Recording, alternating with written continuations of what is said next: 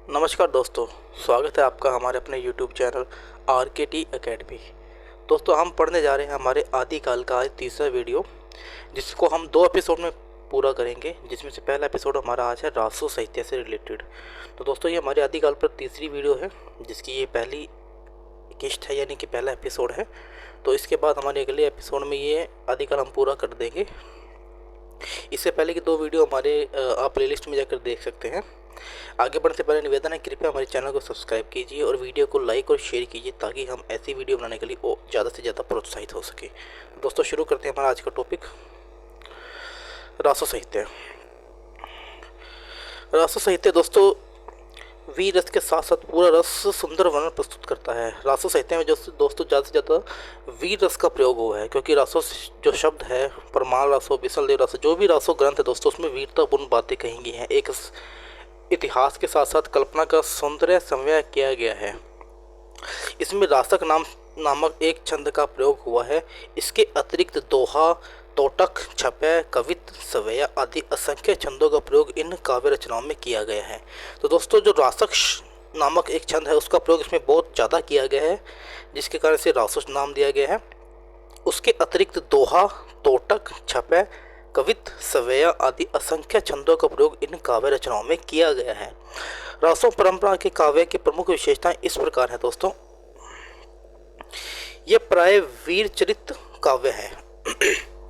तो दोस्तों, जो ये रासो साहित्य है दोस्तों, इनमें क्या है कि जो हमारे पुराने राजा थे, उनके आश्रयदाता जो कवि थे, उन्होंने अपने आश्रयदाताओं के बारे में जो वीरतापूर्ण बातें कही हैं। जैसे कि हम उदाहरण ले तो हमारे पृथ्वीराज रासो जो चंद्रबरदाई ने लिखा है, उसमें पृथ्वीराज के जीवन के बारे में, उनकी वीरता के बारे में लिखा गया है। तो ये प्राय वीर चरित्र काव्य है। इसमें अपभ्रंश के चरित्र काव्य की कथानक रूढ़ियाँ एवं काव्य रूढ़ियाँ प्रयुक्त हुई हैं, जैसे संवाद, तत्व, शुकी संवाद आदि। जैसे रूढ़िवादी जैसी काव्य की कथानक रूढ़ियाँ हैं, अपभ्रंश काव्य की कथानक रूढ़ियाँ हैं एवं काव्य रूढ़ियाँ प्रयुक्त हुई हैं। जैसे कि जो अपभ्रंश की रूढ़ियाँ हैं, कथानक रूढ़ियाँ हैं, जैसे संवाद, तत्व, शुकी संवाद आदि। ये रचनाएं अधिकतर बड़ी हैं और इनमें प्राय छंद व विद्या भी अधिक है। जो दोस्तों, ये रचनाएं काफ़ी लंबी लंबी है, जैसे महाकाव्य भी कहते हैं कुछ लोग। तो ये पढ़ने में बहुत अधिकतर बड़ी संख्या रचनाएं हैं और इसमें प्राय छंद विद्या भी अधिक है। छंदों का प्रयोग भी बहुत ज़्यादा इनमें देखने को मिलता है और ये बड़ी भी बहुत अधिक पढ़ने में दोस्तों। इन काव्य में युद्धों का प्रसंग अधिक मिलता है। ये काव्य वीर रस प्रधान है। श्रृंगार भी छटा निराली है। इन काव्य में युद्धों का प्रसंग है दोस्तों। जैसे कि मैं पहले बता चुका हूँ कि जो आश्रयदाता कवि थे, वो अपने आश्रयदाताओं के बारे में, उनकी वीरता के बारे में लिखते हैं। उनके जो उन्होंने युद्ध लड़े हैं, उनको बढ़ा चढ़ा कर इनमें बताते हैं। कुछ बातें काल्पनिक भी है मानते हैं, कुछ उन्होंने सच भी कहा है। तो उसके बारे में आगे पढ़ेंगे।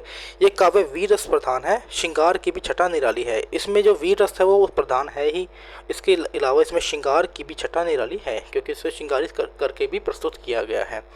इसमें साहित्य और कल्पना का समन्वय ये प्रबंध रचनाएं हैं। जैसे कि मैं पहले बता चुका हूँ, इसमें कल्पना को भी लिया गया है और इतिहास को भी लिया गया है। ये इसमें इतिहास और कल्पना का समन्वय है। ये प्रबंध रचनाएं हैं। इतिहास और कल्पना को साथ लेकर चलने वाली रचनाएं ये हैं। इनकी भाषा प्राय मिश्रित है। ये काव्य प्राय सर्गों में विभक्त हैं।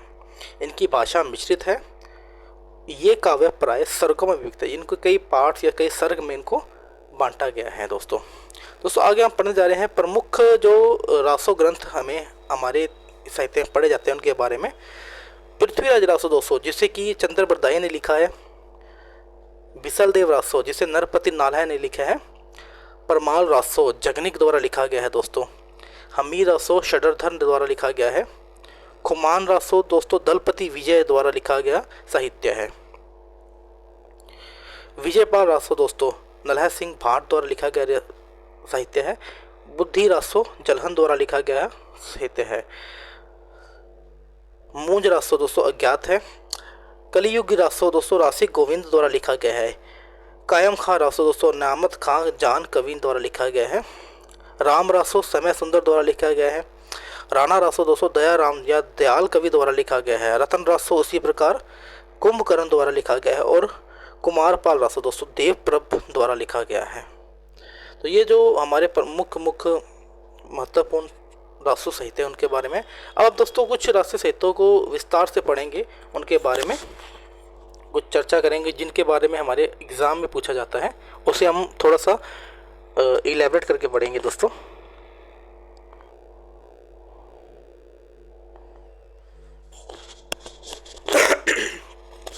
जो हमारा सबसे महत्वपूर्ण रासो साहित्य है उसका नाम है दोस्तों पृथ्वीराज रासो। इसके जो लेखक है दोस्तों वो चंद्र बरदाई थे। आचार्य रामचंद्र शुक्ल ने कहा है कि चंद्र बरदाई हिंदी के प्रथम महाकवि है और पृथ्वीराज रासो हिंदी का प्रथम महाकाव्य है। इसका प्रधान रस वीर है दोस्तों। जो कि पृथ्वीराज रासो जो कि महत्वपूर्ण रासो ग्रंथ है जिसे कि चंद्र बरदाई ने लिखा है। आचार्य रामचंद्र शुक्ल जी ने इसे चंद्र बरदाई जी को हिंदी का प्रथम महाकवि माना है और पृथ्वीराज रासो को हिंदी का प्रथम महाकाव्य माना है। इसका प्रधान रस वीर है। पृथ्वीराज रासो में 69 समय यानी कि 69 खंड है का प्रयोग हुआ है। इसमें 68 छंदों का प्रयोग हुआ है। जो पृथ्वीराज रासो है दोस्तों इसे 69 खंडों और समय का प्रयोग हुआ है और इसमें 68 प्रकार के अलग अलग छंदों का प्रयोग भी किया गया है। इसकी रचना शैली पिंगल भाषा है। इसकी जो रचना दोस्तों शैली है वो पिंगल भाषा है। इसमें राजस्थानी और ब्रज भाषा को सम्मिलित किया गया है। राजस्थानी भाषा और ब्रज भाषा को भी सम्मिलित करके लिखी गई ये रचना है। हजारी प्रसाद द्विवेदी ने इसे शुक शुकी संवाद कहा है दोस्तों। हजारी प्रसाद द्विवेदी ने इसे शुक शुकी संवाद कहा है। आचार्य रामचंद्र शुक्ल के अनुसार यह पूरा ग्रंथ जाली है दोस्तों। आचार्य रामचंद्र शुक्ल ने इस ग्रंथ को एक जाली ग्रंथ माना। वो इसकी ऐतिहासिकता पर प्रश्न उठाते हैं। उनका मानना है कि ये एक काल्पनिक ग्रंथ है, एक जाली ग्रंथ है। पृथ्वीराज रासो दोस्तों अप्रमाणिक मानने वाले विद्वान जो हैं उनमें से गौरी शंकर हरीशचंद्र ओझा जी जो कि इसे अप्रमाणिक मानते हैं। इसके अलावा कविराज मुरारी दान एवं श्यामल दान, मुंशी देव प्रसाद, आचार्य रामचंद्र शुक्ल, डॉक्टर वुलर, मोतीलाल मनोरिया, ये सभी जो दोस्तों हैं उसे अप्रमाणित मानते हैं। जो अर्थ प्रमाणिक है जो कि उसे पूरी तरह से काल्पनिक नहीं मानते, कुछ उसे ऐतिहासिक भी मानते हैं, कुछ उसमें सच्चाई भी मानते हैं, वो है हजारी प्रसाद द्विवेदी जी, अगरचंद नाहटा, मुनिजिनी विजय, सुनीति कुमार चैटर्जी। उसके बाद दोस्तों जो प्रमाणिक मानने वाले इतिहासकार है वे डॉक्टर श्याम सुंदर दास, मोहनलाल विष्णुलाल पांड्या, मथुरा प्रसाद दीक्षित, डॉक्टर दशरथ शर्मा, अयोध्या सिंह उपाध्याय, डॉक्टर नागेंद्र और जॉर्ज ग्रियर्सन जो कि इसे पूर्ण रूप से प्रमाणित मानते हैं। और कुछ महत्वपूर्ण बातें जो कि पृथ्वीराज रासो से रिलेटेड है। डॉक्टर नागेंद्र ने इस रचना को घटना कोश कहकर पुकारा है। डॉक्टर नामवर सिंह ने चंद्र बरदाई को छंदों का राजा कहकर पुकारा है। कर्नल जेम्स टाड ने इस रचना को ऐतिहासिक ग्रंथ माना है। बाबू गुलाब राय ने इस रचना को स्वाभाविक विकासशील महाकाव्य कहा है। तो दोस्तों ये महत्वपूर्ण पॉइंट है। इसके अलावा बाबू श्याम सुंदर दास ने, उदय नारायण तिवारी ने इसे विशाल वीर काव्य कहा है। बाबू श्याम सुंदर दास ने, उदय नारायण तिवारी ने इसे विशाल वीर काव्य कहा है। डॉक्टर बच्चन सिंह के अनुसार यह एक राजनीतिक महाकाव्य है। दूसरे शब्दों में राजनीति के काव्यात्मक तिरसादी है। राजनीति के ऊपर यह महाकाव्यात्मक तिरसादी है दोस्तों। उसके बाद हम पढ़ेंगे बिसल देव रासो के बारे में जिसके लेखक थे नरपति सिंह नाल। इसका रचना समय दोस्तों 1155 विक्रम संवत माना जाता है। इसका प्रधान रस श्रृंगार है। इसका काव्य स्वरूप मुक्तक है। माता प्रसाद गुप्त ने इसकी 128 छंदों की एक प्रति का संपादन किया है। आचार्य रामचंद्र शुक्ल के अनुसार वीर गीत परंपरा की प्राचीनतम ग्रंथ बिसलदेव रासो है। आचार्य रामचंद्र शुक्ल के अनुसार वीर गीत परंपरा का प्राचीनतम ग्रंथ बिसलदेव रासो है। उसकी नायक राजमती है जो कि ये 200 ग्रंथ है। इसके जो नायक है वो राजमती है और इसके नायक बिसलदेव तृतीय है। उनका इसको 4 खंडों में विभाजन किया गया है। प्रथम खंड में राजमती और बिसलदेव के विवाह का वर्णन है। दूसरे खंड में बिसलदेव रासो के उड़ीसा चले जाने का वर्णन किया गया है। तीसरे खंड में राजमती के विरह वर्णन को दर्शाया गया है जो कि बहुत ही सुंदर तरीके से दर्शाया गया दोस्तों। चतुर्थ खंड में बिसलदेव और राजमती का पुनर्मिलन हो जाता है। इसमें राजस्थानी ब्रज और मध्य देश की भाषा का प्रयोग किया गया है। इसकी रचना शैली पिंगल मानी जाती है। हिंदी में 12 मासा का प्रसव प्रथम परिवर्णन इसी ग्रंथ में हुआ है।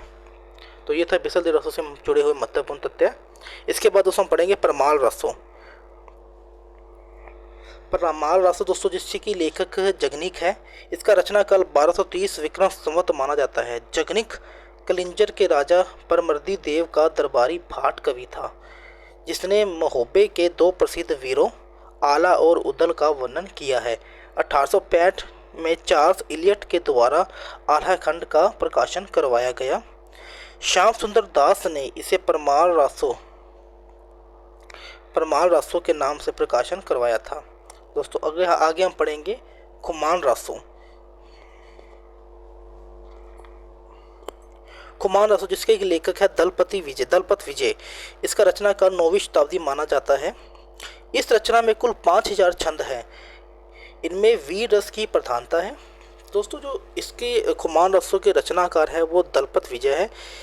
इसकी 9वीं शताब्दी में इसको लिखा गया माना जाता है। इसमें कुल 5000 छंदों का प्रयोग किया गया है, जिसमें कि वीर रस की प्रधानता अवश्य रही है। इस ग्रंथ में चित्तौड़ के रावल खुमान के साथ बगदाद के खलीफा अल मामू के युद्ध का वर्णन किया गया है। तो इस पर एक युद्ध का वर्णन बड़े सुंदर तरीके से किया गया है। खुमान रासों की भाषा राजस्थानी है। उसके बाद दोस्तों हम पढ़ने जा रहे हैं हमीर रासों। श्रृंगधर द्वारा रचित हमीर रासों, जिसकी रचनाकार श्रृंगधर है। इस रचना की मूल प्रति प्राप्त नहीं हुई है। जिसका मूल स्वरूप है दोस्तों, जो मूल रूप से लिखा गया ग्रंथ था वो प्राप्त नहीं हुआ है। आचार्य शुक्ल ने इस ग्रंथ के से अपभ्रंश रचनाओं की समाप्ति हुई मानी है। जो कि अपभ्रंश में जो रचनाएं लिखी गई थी, आचार्य रामचंद्र शुक्ल ने इस ग्रंथ के बाद उस रचना क्रम की समाप्ति को माना है। विजयपाल रासो दोस्तों नाला सिंह द्वारा रचित है। विजयपाल रासो की रचना नाला सिंह ने की है। आचार्य रामचंद्र शुक्ल के अनुसार यह पुस्तक साहित्यिक पुस्तक के रूप अंतर्गत आती है। दोस्तों ये था हमारा आज का टॉपिक, जिसमें कि हमने पढ़ा है हमारा महत्वपूर्ण टॉपिक रासो साहित्य दोस्तों, जिसका कि ये हमारे आदिकाल का ये तीसरी वीडियो का एपिसोड 1 है। हमारा अगला एपिसोड जो होगा वो नाथ साहित्य के रिलेटेड होगा। दोस्तों जाने से पहले आपसे निवेदन है, कृपया हमारी वीडियो को लाइक कीजिए, चैनल को सब्सक्राइब कीजिए और ज़्यादा से ज़्यादा शेयर कीजिए, ताकि हम ऐसी वीडियो बनाने के लिए प्रोत्साहित हों। दोस्तों हमें सपोर्ट कीजिए ताकि हम आपके लिए अच्छे से अच्छे कंटेंट को ला सकें। धन्यवाद दोस्तों।